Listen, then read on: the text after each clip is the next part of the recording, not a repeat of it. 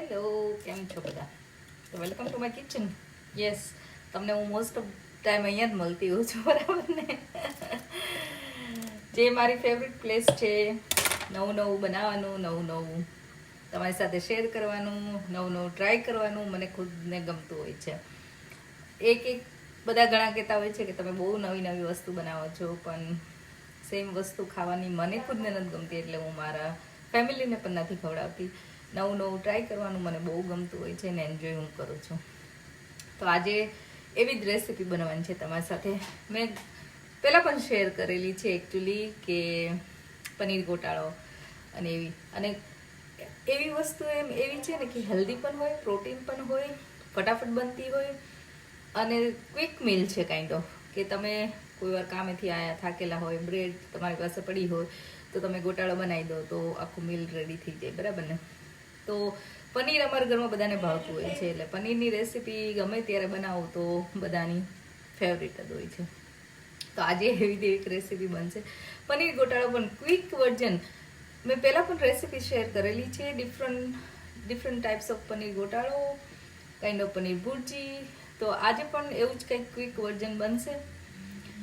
એના માટે મેં ગ્રીન ચીલી લીધા છે, એમાં હું ટમાટો, ઓનિયન બધી પ્યોરી બનાવી દઈશ.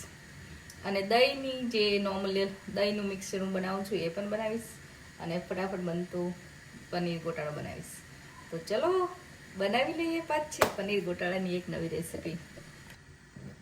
તો ટમાટા મેં લઈ લીધા છે. તમે ઝીણા ઝીણા કાપીને પણ યુઝ કરી શકો છો, કટરમાં કાપીને યુઝ કરી શકો છો. એ રીતે મેં પહેલાં આવી રીતે પનીર ગોટાળો બનાવેલો જ છે. તો આજે થોડું ક્વિક બનાવવા માટે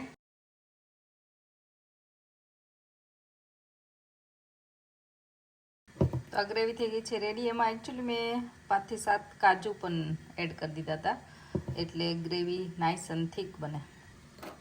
તો અમે દહીં લઈ લીધું, એમાં મેં 1 ચમચી જેટલો ચણાનો લોટ એડ કરી દીધો છે. આ છે kitchen king masala, all time my favourite. ખરેખર આનાથી રેસીપી બહુ સરસ અને યમી બનતી હોય છે, અને સ્પેશિયલી પનીરની રેસીપી તમે જ્યારે બનાવતા હોય ત્યારે એડ કરો ને તો એના ટેસ્ટમાં અલગ જ આવે કંઈક. આ મેં કસૂરી મેથી એડ કરી દીધી, થોડી હળદર, ધાણા જીરું, અને તમારી પાસે કોઈ બીજો ગરમ મસાલો હોય તો પણ એડ કરી શકો, એવું નથી કે આ જ એડ કરું. લસણ મેં બધું ગ્રેવીમાં નાખી દીધું છે, એટલે આટલી વસ્તુ આપણે એડ કરી અને સરસ રીતે આપણે મિક્સ કરી દેવાનું છે. તો આ રીતે પેસ્ટ મસ્ત રેડી થઈ ગઈ છે, બરાબર. અને આ પાણી વગરનું દહીં હોય તો વધારે સારું. તો મેં પેન લઈ લીધું છે, એમાં મેં તેલ લીધું છે. તમારી ચોઈસ પ્રમાણે તમે બટર કે ઘી કે ગમે તે લઈ શકો છો, મિક્સ પણ લઈ શકો છો, તો પણ સરસ લાગે છે. હવે આપણે એમાં નોર્મલ વઘાર કરીશું. અને ઘણા બધા મને પૂછેલું કે તમે સ્ટીલનું પેન વાપરો છો તો પણ બળી કેમ નથી જતું. એકચ્યુઅલી એકદમ પતલું પણ છે, પણ મેક શ્યોર કે તમે ગેસ એકદમ ફાસ્ટ ન રાખો, ધીમો જ રાખો જ્યારે ઇનિશિયલી તેલ ગરમ કરો ત્યારે. તો એના કારણે એ બ્લેક થતું નથી કે બળી નથી જતું. ફાસ્ટ ગેસ હોય તો ઓફકોર્સ એ બળી જવાની પોસિબિલિટી વધી જાય છે, એટલા માટે બને તો થોડો ધીમો જ રાખવાનો, એટલે તમારો વઘાર બળશે નહીં એકચ્યુઅલી. તો મેં જીરું એડ કરી લીધું છે, થોડી હિંગ એડ કરી લીધી છે, અને જે આપણે ટમાટો, ઓનિયન, કાજુની પેસ્ટ બનાવી હતી એ પેસ્ટ આપણે એડ કરવાની છે, અને સરસ રીતે આપણે ચડવા દઈશું, કેમ કે આમાં આપણે કાચી ઓનિયન જ લીધી છે, એટલે ઓનિયન સરસ રીતે પાકી જવી જોઈએ. તો આ ગ્રેવી સરસ હવે ચડવા માંડી છે. મેં થોડું પાણી એડ કર્યું કે નીચે બળી ના જાય, કેમ કે કાજુ આપણે એડ કર્યા છે, એની ગ્રેવી તરત જ થીક થવા માંડે. તો હવે આપણે નોર્મલી દહીંમાં મસાલા એડ કરેલા જ છે, એટલે બહુ મસાલા અહીંયા એડ કરવાના નથી, ખાલી થોડું જ ગ્રેવી પૂરતું થોડું આપણે એડ કરીશું. અને તમે કાંઈ પણ એડ ન કરો ને વધારે પડતા દહીંમાં એડ કરી દો તો પણ ચાલે.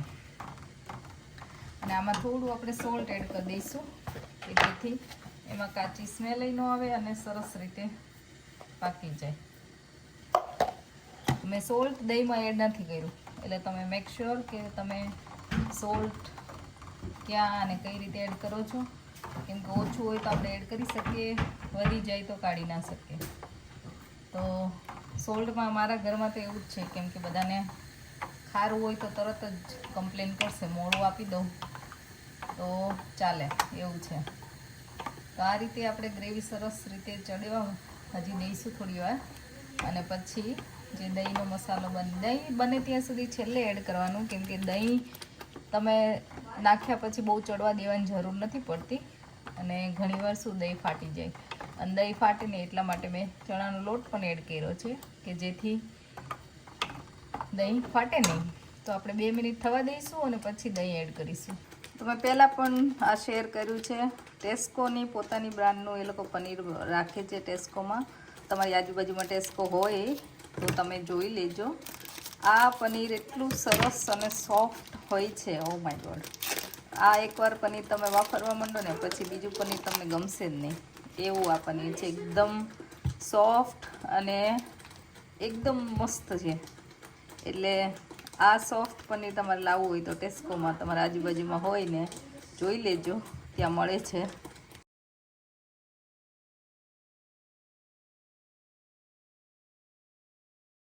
તો હવે જોઈ શકો છો તેલ બાજુમાંથી નીકળે છે, એટલે સરસ રીતે ગ્રેવી થઈ ગઈ છે આપણી। હવે એમાં આપણે દહીં એડ કરીશું, જે દહીંનું મિક્સ બનાવ્યું હતું એ એમાં એડ કરવાનું છે।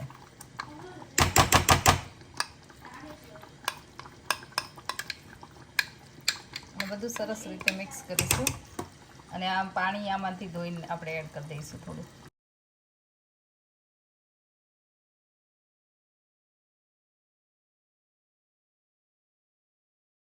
તો તમે જોઈ શકો છો ગ્રેવી સરસ ઉકળી ગઈ છે દહીં સાથે, અને દહીં જરાય પણ ફાટ્યું નથી।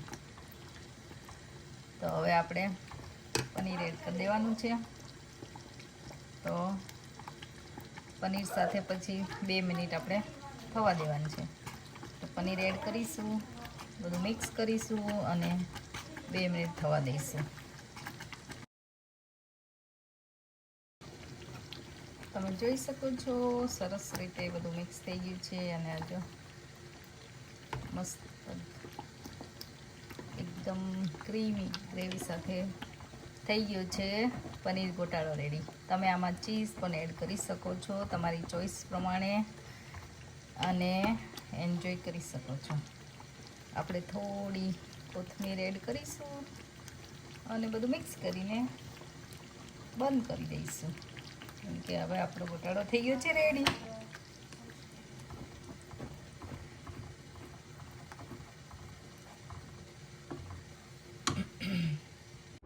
મારી પાસે બ્રાઉન બ્રેડ હતી એટલે મેં બ્રાઉન બ્રેડ લીધી છે, પણ તમારી પાસે ગમે તે હોય, વ્હાઈટ હોય અથવા તો બીજી તમારી ચોઈસ પ્રમાણે હોય તો તમે યુઝ કરી શકો છો। અને આ રીતે શેકી લેવાનું છે।